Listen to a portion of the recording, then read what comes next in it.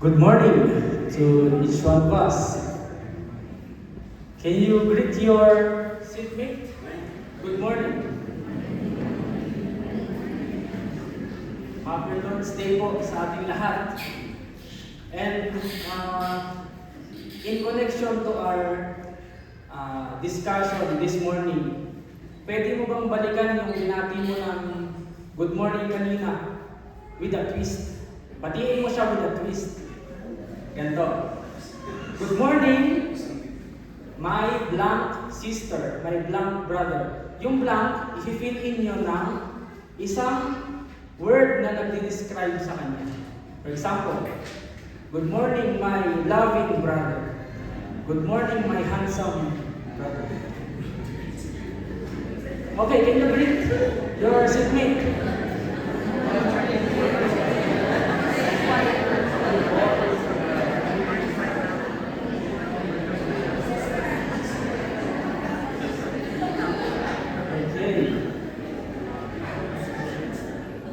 Good morning to each one of us. And napansin niyo po na yung ibang katabi niyo, seatmate niyo na hindi niyo masyadong ka-close, nahirapan kayo mag-isip kung ano yung lalagay sa blank. Pero yung sa mga ka-close niyo na katabi niyo, parang lagi niyo tinatawag ng ganon or familiar na sa inyo. And mamaya po, ipapalik natin yan sa ating discussion.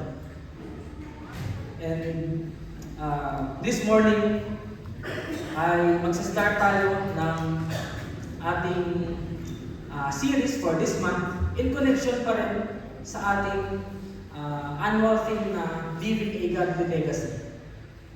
This month of March, ang pag-aaralan po natin ay strengthening our relationship to God in prayer. Strengthening our relationship to God in prayer. And sa mga susunod ngayon at sa mga susunod na Sundays, mapapag-aralan po natin ang different parts of prayer in accordance to the pattern that Jesus Christ has given to us. And ngayon po, ang pag-aaralan natin ay title ay Prayer in Adoration. And ang title po ng ating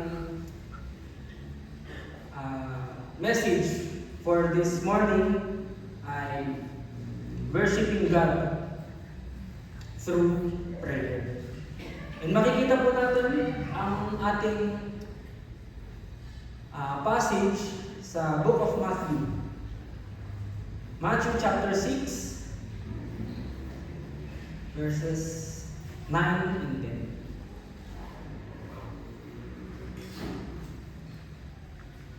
Matthew chapter 6, verses 9 and 10.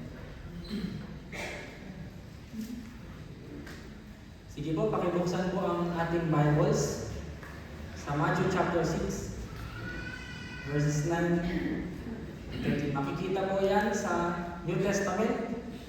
And ang aming PowerPoint makikita po sa desktop. Entitled Prayer in Adoration.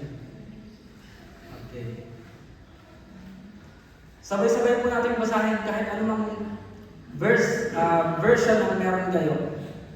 Matthew chapter 6, verses 9 and 10. Ready? Read. Pray then like this.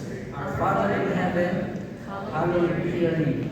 Your kingdom come, your will be done, on earth as it is in heaven. And this is the pattern that Jesus Christ has given for the believers para sundan. But of course, it doesn't mean na malilimitahan tayo ng ating mga salita. Malilimitahan tayo ng kung ano man yung gusto natin i-express because of this pattern. Ito po, kalinawan lang po para sa ating lahat. Ito po ay binigay na pattern for us na para makita natin kung ano yung dapat laman ng ating prayer at hindi ibig sabihin na word per word ay susundan natin. Pwede rin na word per word ay sabihin natin, pero kung meron mga magkamali or may kulang, may nadagdag, hindi nangangahulugan na ito ay mali. So ito po ay pattern lamang na ating susundan at ito po ay structure lamang para makita natin ano dapat yung content ng ating prayer whenever tayo ay mag-pray sa Panginoon. Sa atin pong pagsisimula, tayo po muna ay manalangin. Lord, we thank you for this morning that you have given us. Thank you for another privilege that we can have the freedom to read your Bible, read the Bible, own a Bible, and learn from the Bible. Thank you, Lord God, for this freedom that we have. And Lord God, may you help us to appreciate this freedom that we have, that we may give our attention, our hearts and minds in learning from your word this morning. Lord God, keep us away from the distractions na pwedeng makahadlang sa amin para lubusan namin makita ang iyong mensahe sa amin for this morning. May you guide us with the Holy Spirit, give us wisdom and understanding. Thank you, Lord God, in Jesus' name. Amen. So prayer in adoration. As much as we want to directly answer what is prayer in adoration, because it is our topic for this morning, as much as I want to directly answer it, mas maganda po siguro na unti-untiin natin. Makita muna natin what is prayer and what is adoration. And after that, doon natin pagsama-samahin para hindi na tayo mahihirapan na mas madali natin maiintindihan kung ano ba ang prayer in adoration, and ano ang importance, bakit natin kailangan matutunan ito bilang Christians. Number one, what is prayer? What is prayer? In your own understanding, in your own words, what is prayer? What is prayer? Some will say prayer is a communication to God. Prayer is ano ba? Prayer is a privilege from God. Prayer is a form of worship to God. Prayer is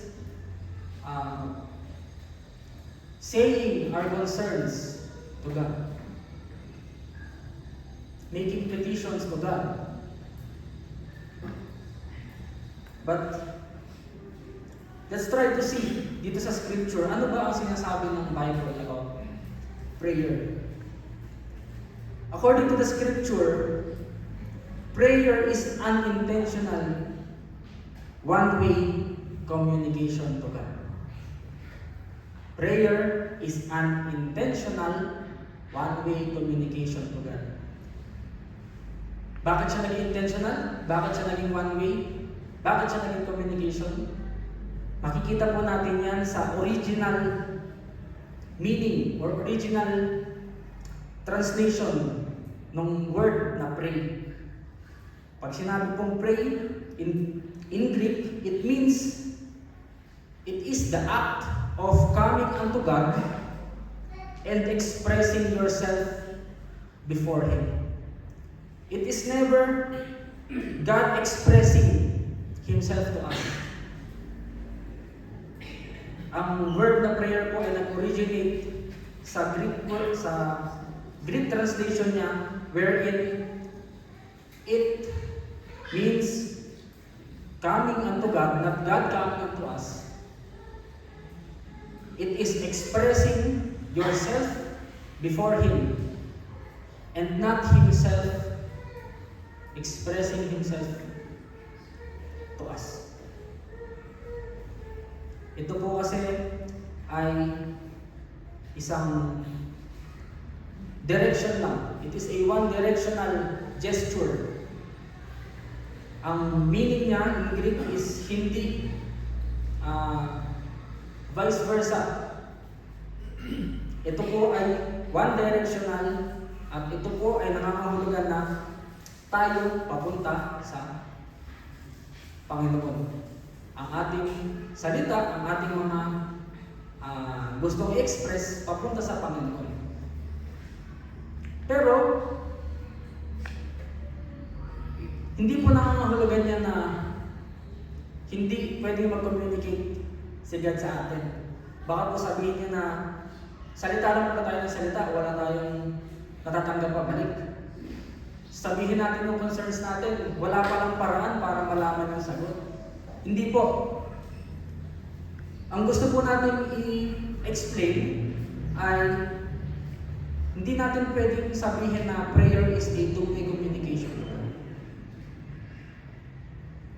Kasi po nangangahulugan niya na kinakausap ko ang Panginoon at kinakausap niya ako through prayer. Hindi po natin pwedeng sabihin gano'n. Kaya we must be very careful. We must be very careful in our understanding of prayer. Because we can interpret silent voices galing man sa kung sino man as a wisdom from God. Pwede nating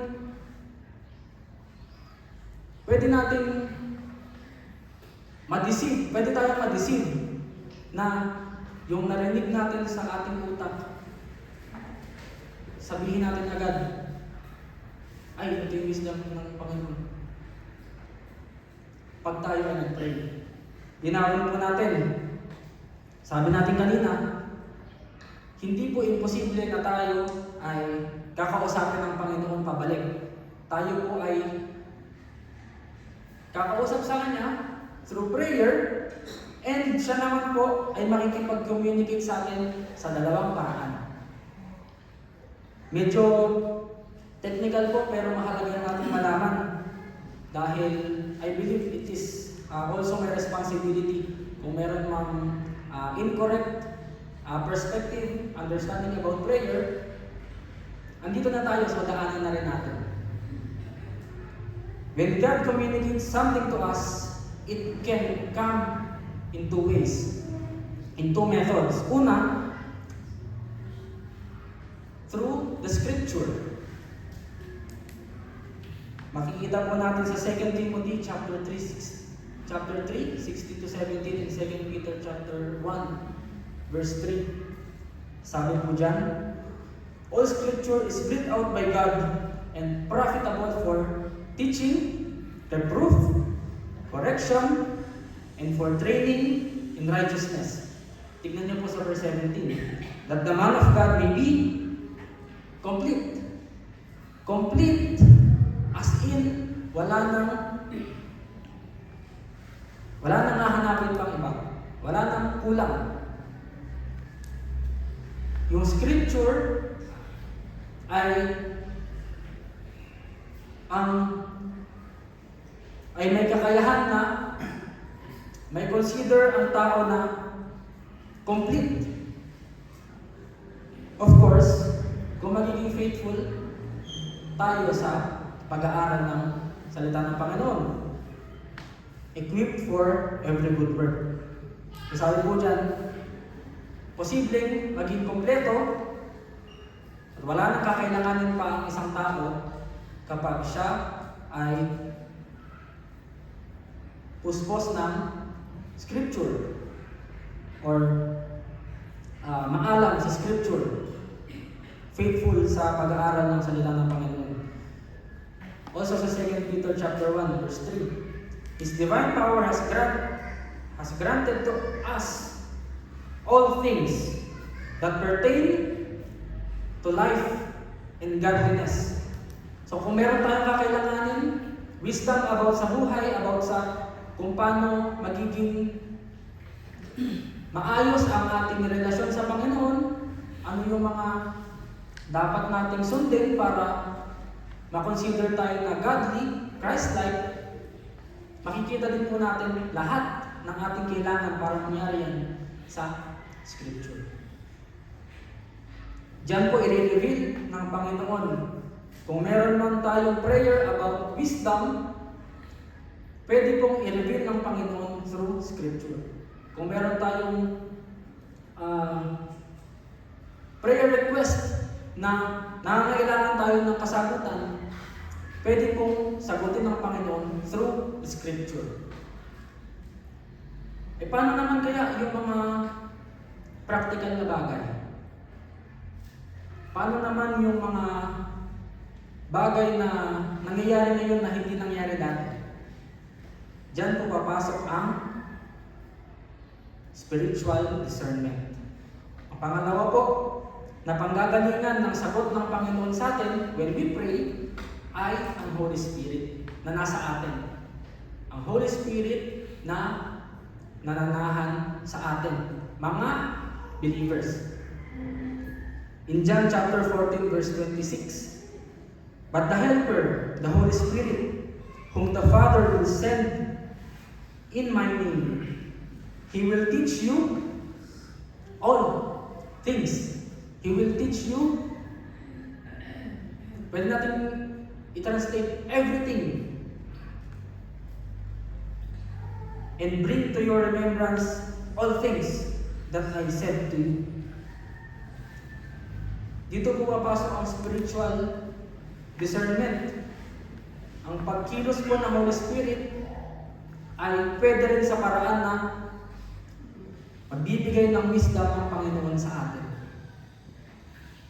Also in 1 Corinthians chapter 12 verses 7 to 8, but the manifestation of the Spirit is given to each one for the profit of all. For to one is given the word of wisdom through the Spirit, to another the word of knowledge through the same Spirit. Pag meron po tayong pinapanalangin as a family, as a church, dito po papasok itong verse na to. Paano tayo mag-unite into one decision? Paano tayo magka-come up into one decision?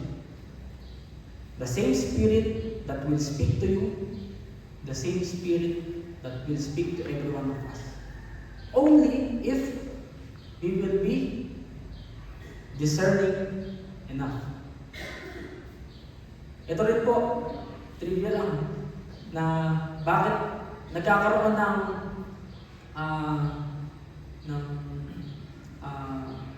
division ng ideas, division ng choices, decisions sa isang organization, or pwede rin sa loob ng isang grupo, group of friends, group of family,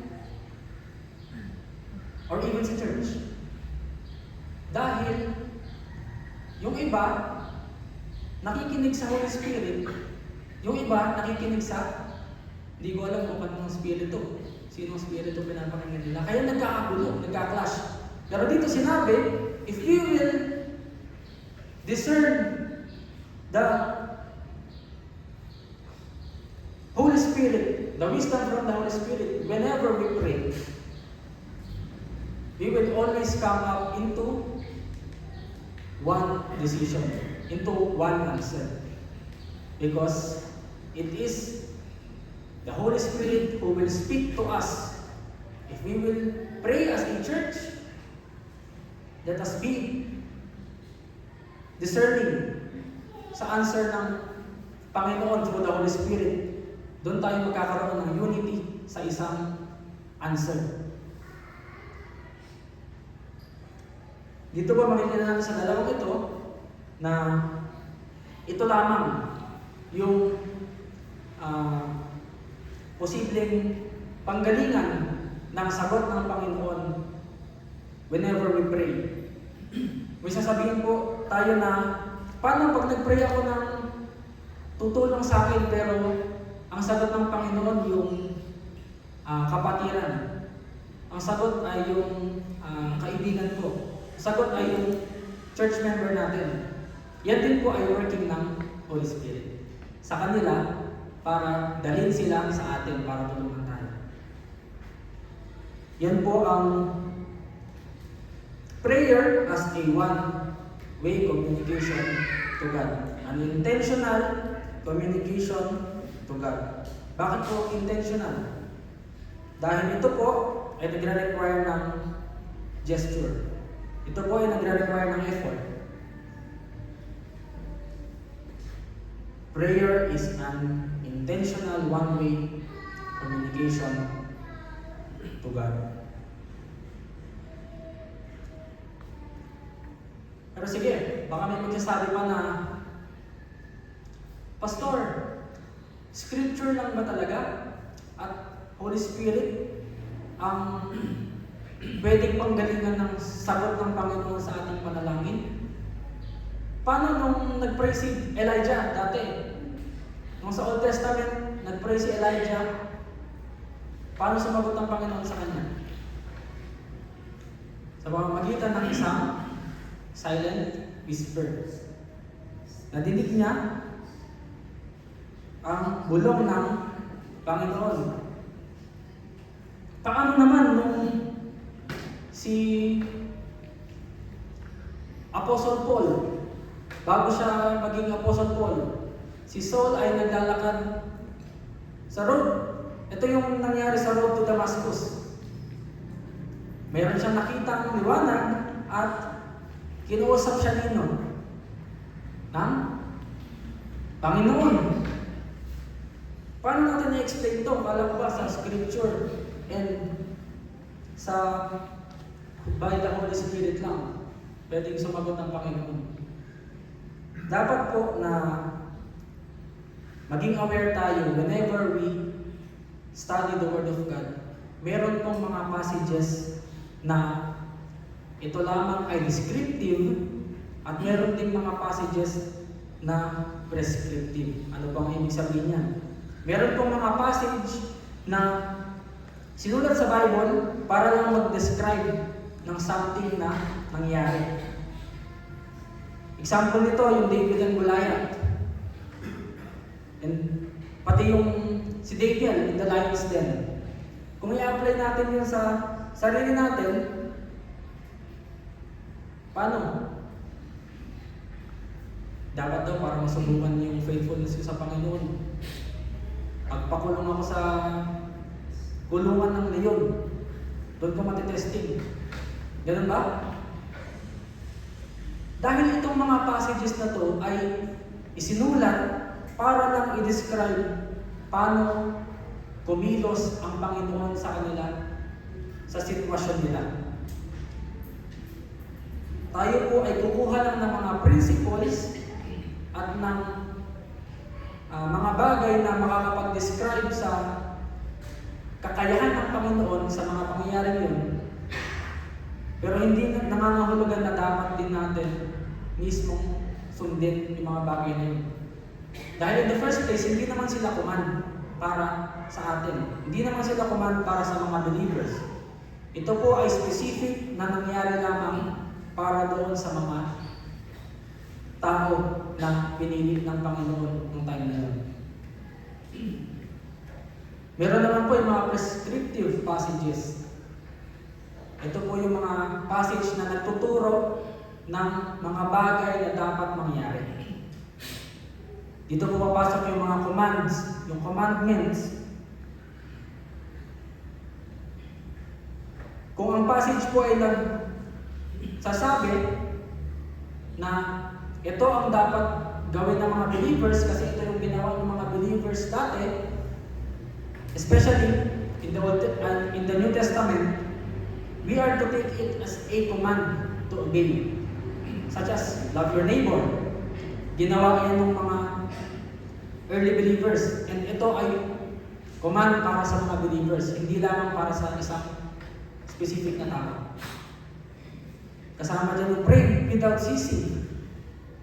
Ito po ay sinabi para sa mga believers. At dahil tayo ay believers, applicable din ito sa atin. Rejoice in the Lord always. Hindi lang po ito sinabi para sa mga tao sa Thessalonica. Sinabi po ito specifically for the believers, and dahil tayo ay believers, applicable din ito sa atin.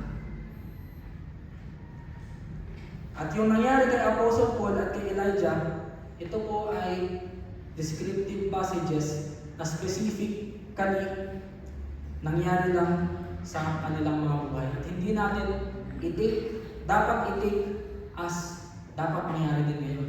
Dapat gawin din natin ngayon. Sana po malinaw sa atin. Prayer is an intentional one-way communication to God. Next, what is adoration? Ano naman ang adoration? Napansin niyo po kanina nung pinag-greet ko sa inyo ang inyong seatmate. Dinescribe niyo kung sino sila by incorporating yung describing word sa greetings niyo sa kanila. Kayong mga naka-receive ng greetings, anong pakiramdam? Masaya? Yung iba hindi masaya kasi negative yata yung sinabi sa kanila. Good morning, masungit kong kapatid. Wala naman. Lahat positive. So ano ba pakiramdam niya nung narinig niyo yung describing word nung binati kayo? Nakakagaan ng pakiramdam? Nafe-feel niyo na important kayo? Dahil pwedeng sabihin natin, ay ganun pala ang tingin niya sa akin. Ay napapansin niya pala ito sa akin. Tama po ba? Or di niyo pinakinggan? Ano po ang na-feel niyo? Di ba parang ang saya sa pakiramdam na parang pag binanggit niya yung isang character, positive character na meron ka, iba yung mararamdaman mo. Merong part na mararamdaman mo na napansin pa niya yun. Nakita pa niya yun. May nakakakita pala nun. May nakaka-acknowledge, appreciate pala nun. Katangian mo yun. Ito po ang adoration. Adoration means to dito po ang sinabi sa explanation nito, ito na po ay pertaining sa Panginoon. Adoration means to worship, to pay divine honors, or to bow down before someone. Kung sa tao po, pag inadore natin yung isang tao, ina-appreciate natin siya, at gusto nating i-appreciate yung magandang bagay sa kanya, for the purpose of what? Para malaman niya na na-appreciate mo yung bagay na yun sa kanya. May nagsabi sa'yo na, good morning, my cheerful sister. Napansin niya yung isang katangian na yun. At gusto niya ipakita sa'yo na napapansin niya yun sa'yo. Nakikita niya yun sa'yo. But when it comes to adoration to God, it means to worship. It means to give honor, give high regard to God. It is bowing down before someone. In our context, we are bowing down before God. We are paying respect. We are acknowledging that He is way higher than us and we are just humans. Dito po sa mga nilagay ko dyan na verses, Yan po yung mga example ng adoration sa Panginoon. Ito po ay 5 lang. But if we will seek the scripture every day, hindi tayo mauubusan ng examples ng adoration. Kaya hindi mo masasabi na wala akong magamit na adoration para sa Panginoon dahil marami po sa scripture. At mamaya po titignan din natin kung saan ba natin makikita yung mga words of adoration na yan. Katulad ng mga example dito. Oh, come, let us worship and bow down. Let us kneel before the Lord our Maker. He is acknowledging that the Lord is their powerful Creator. Exalt the Lord our God. Worship at His footstool.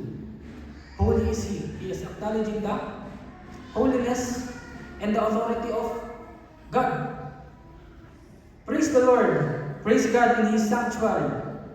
Praise Him in His mighty heavens. Praise Him for His mighty deeds. Come, let us tell of the Lord's greatness. Let us exalt His name together. Let all that I am praise the Lord. O Lord, my God, how great you are. You are robed with honor and majesty. Ano po yung napansin nyo dito sa mga sinabi dito sa mga verses na ito? Ito po ay mga example ng adoration. Ano po ang napansin natin na pinagkamukha-mukha ng mga verses na ito? Lahat patungkol sa Panginoon. Lahat patungkol sa karakter ng Panginoon. Lahat patungkol sa kung sino ang Panginoon, kung gaano kabuti ang Panginoon. Kung sasabihin natin sa modern term, dito sa adoration, makita natin sa mga examples din na binigay natin, si God lahat ng bida. Sa Kanya yung center of attraction dito sa mga example of adoration na to. Ganun po ang adoration. Itinataas mo kung sino yung gusto mong itaas. And when it comes to adoration to God, it is worshiping Him with actions, with heart, with mind, with words that will lift His name up. Ito lamang ay 5 sa mga binigay ko examples. Marami pa po. Marami po sa scripture. And dito po pag-usapan din natin, saan pa ba natin makukuha itong mga words of adoration na pwede natin gamitin. Kung napansin din po dun sa mga binasa natin kanina, meron din mga words or statements na hindi tayo familiar kung ano ibig sabihin. May mga words, certain words na hindi natin alam para saan. Bakit siya sinabi?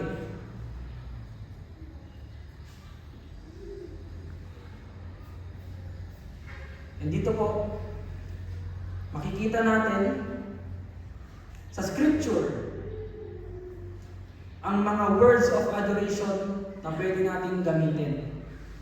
Paano natin papurihan ang Panginoon?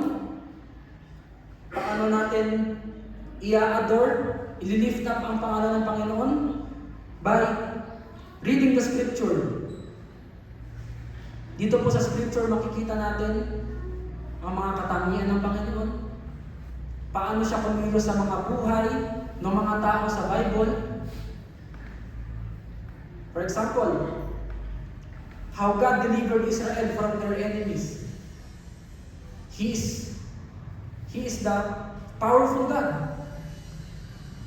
How He has blessed Abraham. How He has shown grace to Adam and Eve. He is the gracious God. How He fed the 5,000. He is the generous God. He is the all-powerful God that can do anything in my life.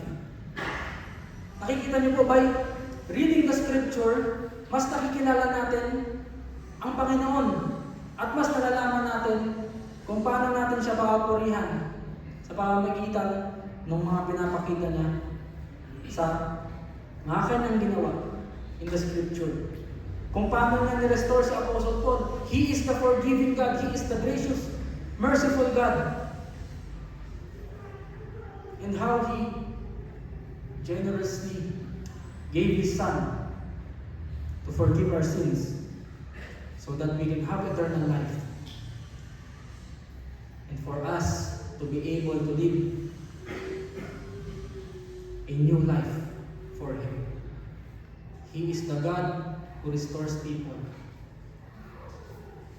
He is the God who can change people. So para saan po ito? Nakikita natin sa scripture. Nakita natin sa scripture kung paano siya kumilos. Of course, the same God that worked in the lives of the early believers, the people in the Bible, is the same God that we are worshiping right now. He is the same God that will work in your life in the coming days of your life. So kung siya ay kumilos sa buhay ni Apostle Paul, siya ay kumilos sa buhay ng mga Israelites, ganun din siya. Kaya din niya yung gawin sa'yo ngayon sa buhay. Kung paano siya kumilos na pinatawad niya si Apostle Paul, imagine, from being a killer, from being a persecutor ng mga Christians, nagawa niyang baguhin.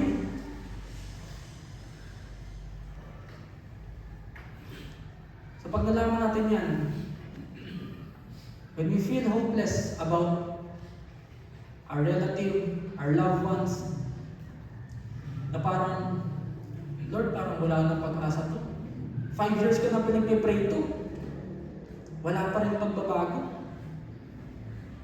The same God that gave forgiveness and restored Apostle Paul, He is the same God that can work in the lives ng mga pinag-pray natin mga tao. Kung ano man ang pinagdaanan sa buhay, pagdadaanan natin sa buhay, we can find in the scripture paano na dinil yung mga ganyang bagay doon sa mga unang mananampalataya at kung paano siya kumilos doon sa mga tao niya, ganoon din siya kikilos sa atin. Second, sa buhay natin, paano natin makikita yung mga words of adoration sa buhay natin? Balikan mo kung paano siya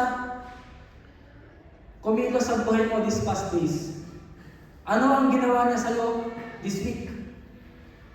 Nagkasakit ka last week, ngayon magaling ka na. He is our healer. Ngayon, pag mag-pray ka, sasama mo ngayon yan.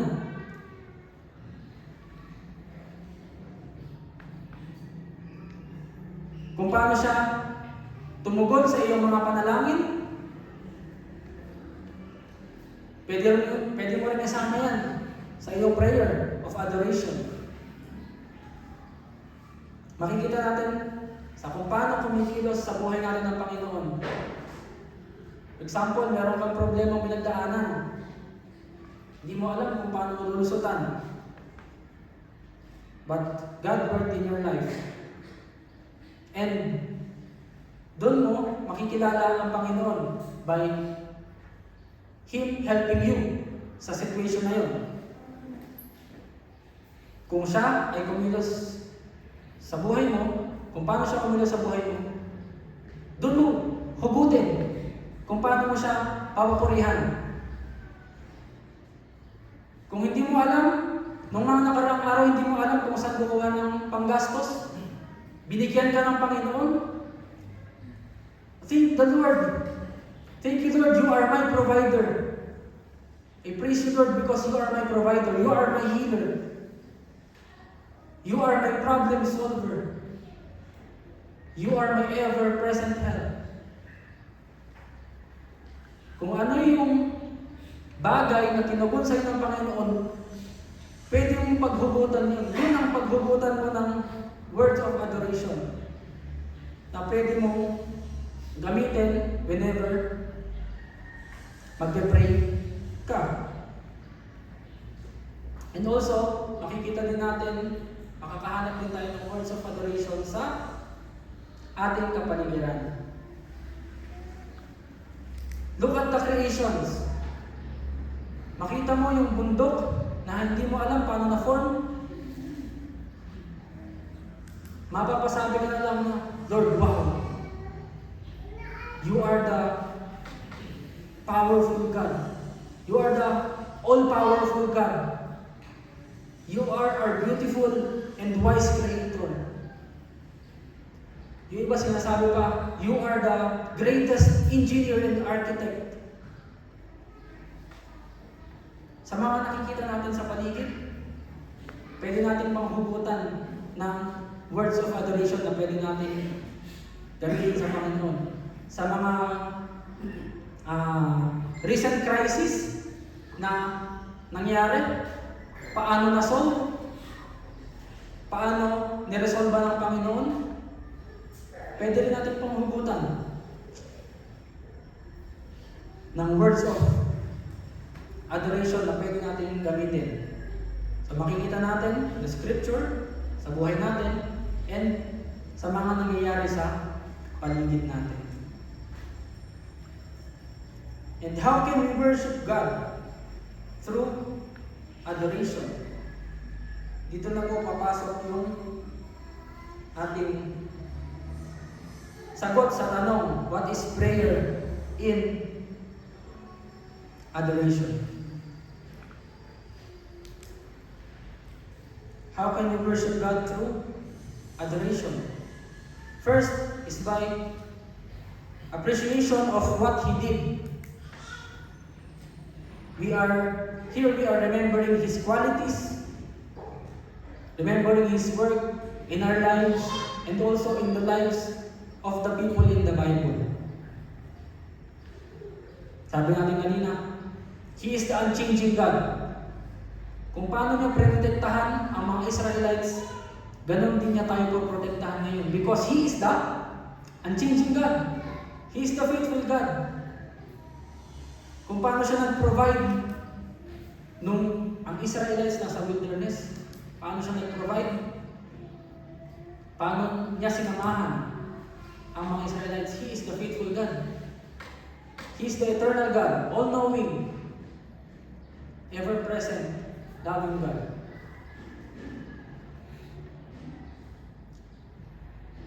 Naalala niyo nung makita natin sa Bible,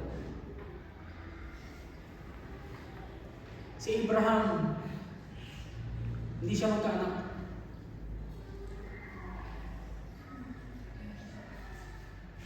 Pero, hindi niya maintindihan. Bakit ang tagal? Hintay lang siya ng hintay. Hintay ng hintay. Sila mag-asawa. Hintay lang ng hintay. Umabot pa sa, sila na yung gumawa ng diskarte para sa sarili nila. But He is the all-knowing God. Alam niya ang iyong kagustuhan. Just a matter of waiting para sagutin niya. Nung sinagot niya ang panalangin nilang mag-asawa. Ganoon din sa atin. Alam ng Panginoon ang laman ng iyong puso. Alam niya ang iyong pangailangan. Because He is the all-knowing God. Next is submission on who He is. Here, we are acknowledging His authority and sovereignty over all things. He is the Creator.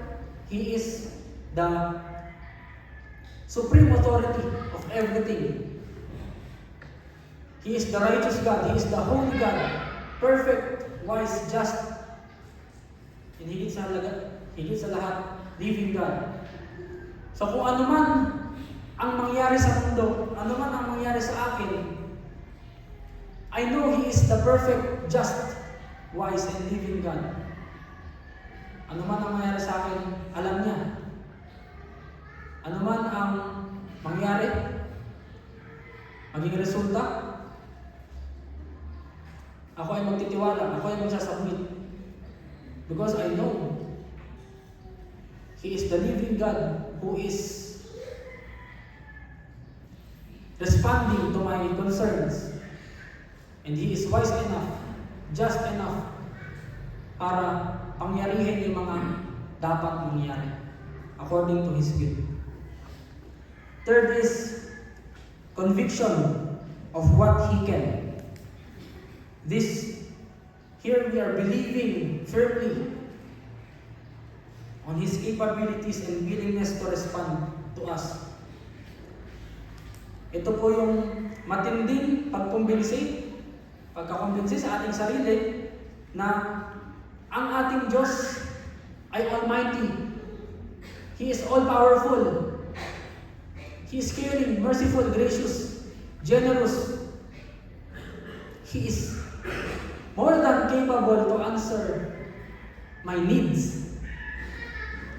Not only that He is capable, but He is more than willing to answer our concerns, to respond to our concerns according to His will for us. Dito ituloy natin ang ating pagsagot sa what is prayer in adoration. Our last point for this morning. Prayer in adoration is worshiping God through intentional communication with Him. Ngayong naintindihan natin kanina, what is prayer? What is adoration? This is prayer in adoration. Now we have our deep understanding about prayer and what is adoration. We can now easily grasp what the Bible is saying about prayer and adoration. It is worshiping God through intentional communication with Him. And paano natin mapapapurihan ng Panginoon whenever we pray? By incorporating words of adoration in prayer. Ito po yung pinaka-essence bakit binigay ng Panginoon itong pattern sa Matthew chapter 6 verse 9 to 13. Ito bang Matthew chapter 6 verse 9 to 13? Malaki ang possibility na the next Sundays, the whole Sunday of March, mababanggit ito. Ang pinag-aaralan po natin, the first part, Our Father in Heaven, hallowed be your name. Or in translation, holy is your name. I acknowledge that your name is holy. And bakit po kaya gusto ng Panginoon na ito yung maging pattern natin? Dapat daw mayroong words of adoration sa ating prayer. Why?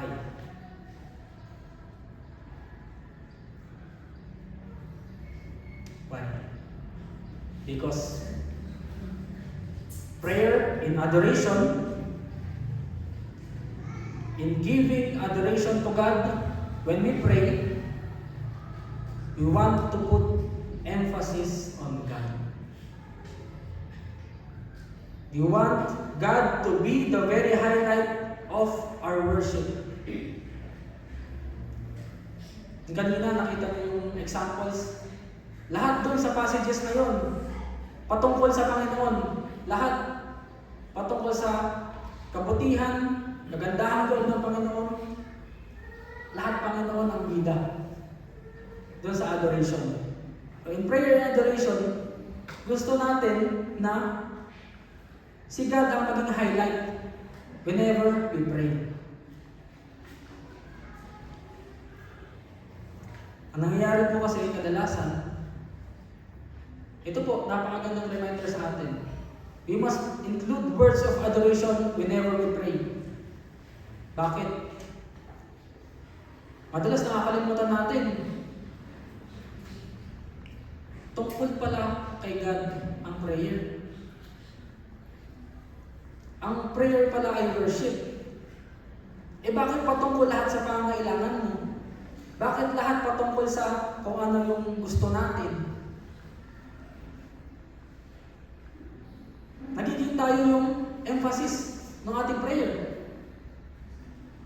Which is, gusto tayong i-correct ng passage na ito, Matthew chapter 6, verses 9 to 13. Ito dapat yung maging pattern natin. Whenever we are approaching God through prayer. Dapat si God yung emphasis. We don't want our prayers to be always about us. Ang nangyayari po, Lord, pengi, Amen. Lord, please, gusto ko nitong pengi. Amen. Asan yung worship? Asan yung adoration? Asan yung acknowledgement of who God is? Nakakalimutan natin na ang prayer pala, ang laman pala dapat ng prayer is not all about our request. But dapat itulad natin sa pattern na binigay sa atin ni Jesus Christ mismo. Adoration, confession, thanksgiving, supplication, and ano isa? Letter I, intercession. Yan po yung pattern na binigay sa Matthew chapter 6, 9 to 13. Ito lang po ay isa. Sa mga susunod na Sunday, pag-aaralan pa natin yung ibang part, element ng prayer with our guest speakers. And for our application, ngayon, nakita natin kanina what is prayer, what is adoration. What is prayer and adoration?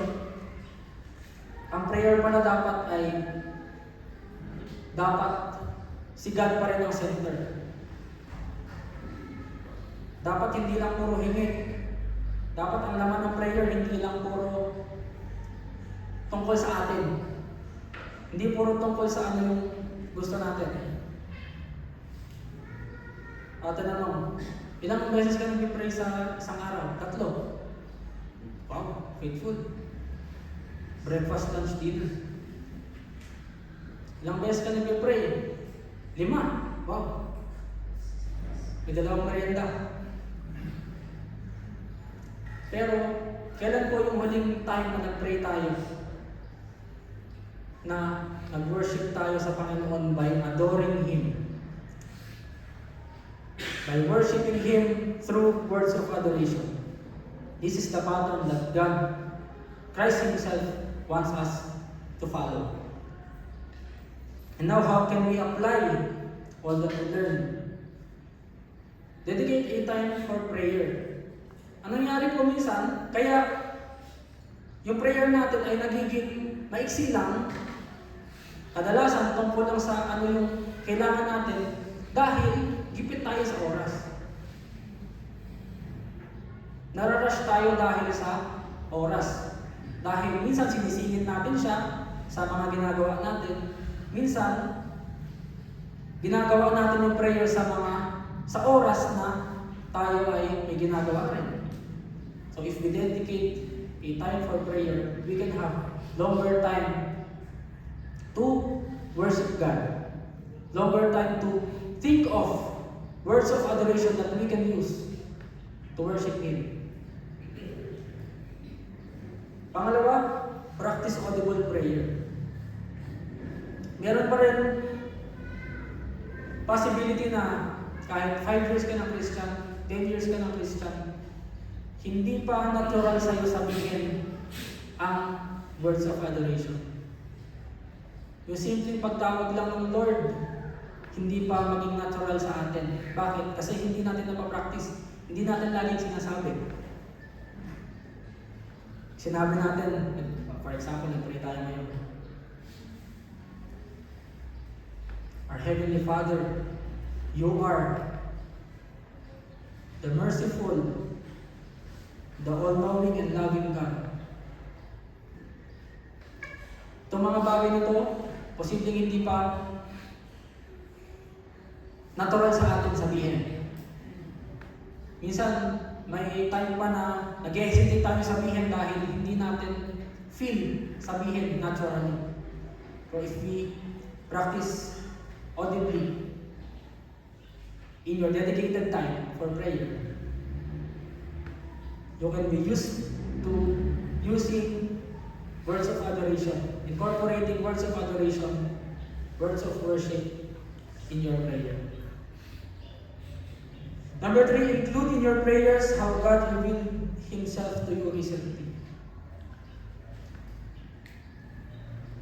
Sama mo sa prayers mo. Kung ikaw nagkasakit ka last week, pinagaling ka ng Panginoon, Lord God, You are my healer.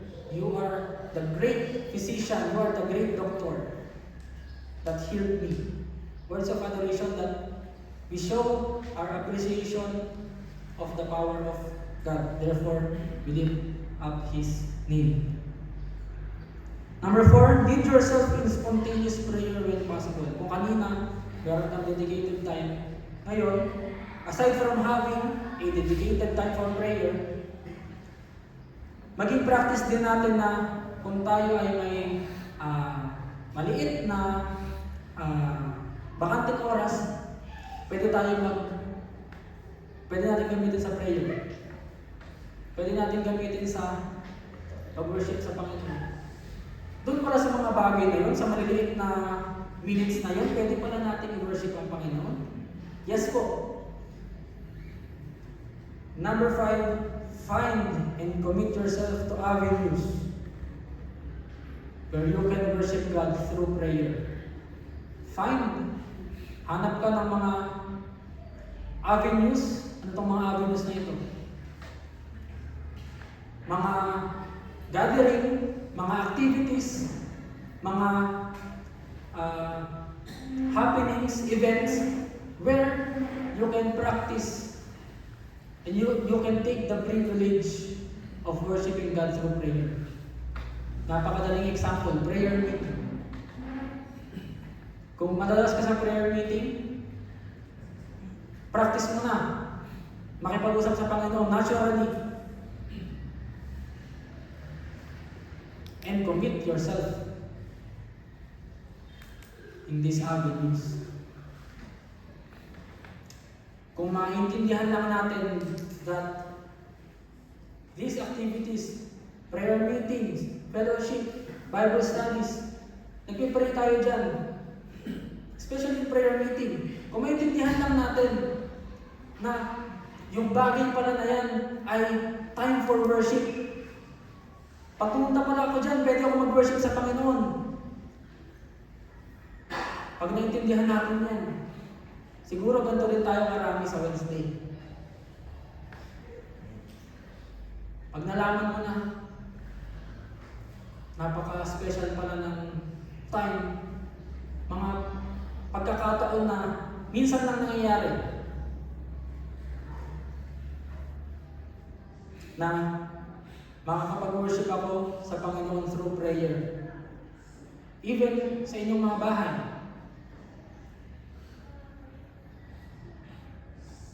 Nakita natin yung mga avenues na kung ituturing lang natin yung mga avenues of prayer bilang mga katulad ng mga concert. For example, si Regine Velasquez, andyan sa Baguio. Minsan lang siya nandyan, kailan pa yun mauulit. Puntahan ko. Ito yung chance ko na makita siya. Marinig siya. Ganun din natin ang pagbigay natin ng importance and desire sa avenues of prayer. Imimit ko ang Panginoon sa Wednesday.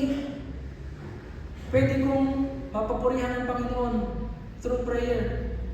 Gusto kong puntahan yan. Dapat mapuntahan ko yan. Dapat hindi ko mapalagpas yan.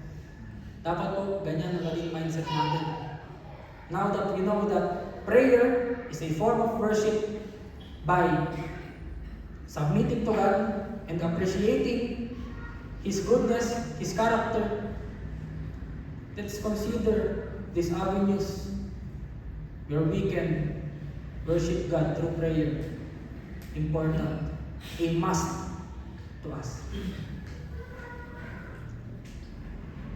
So as we end, prayer and adoration is a good practice. Very good practice to regularly check if we are treasuring the privilege of prayer, we are valuing the object of prayer, which is God, and we are embracing the importance of prayer.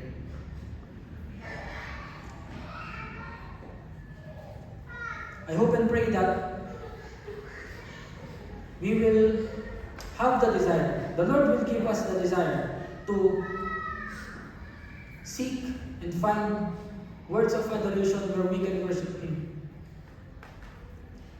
And I hope and pray the Lord will give us the heart for us to give higher importance to prayer, especially when we pray as a family, as one body, as a church. Let us pray. Lord, we thank you for this time. Thank you, Lord God, for this 1 hour that you've given us to learn the importance of prayer. And thank you, Lord God, for reminding us that we can worship you in prayer by giving words of adoration.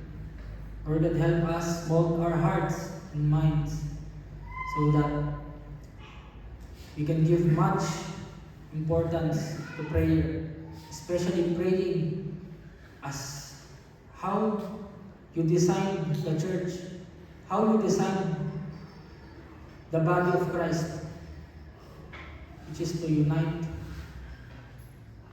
and pray as a family. Thank you, Lord God.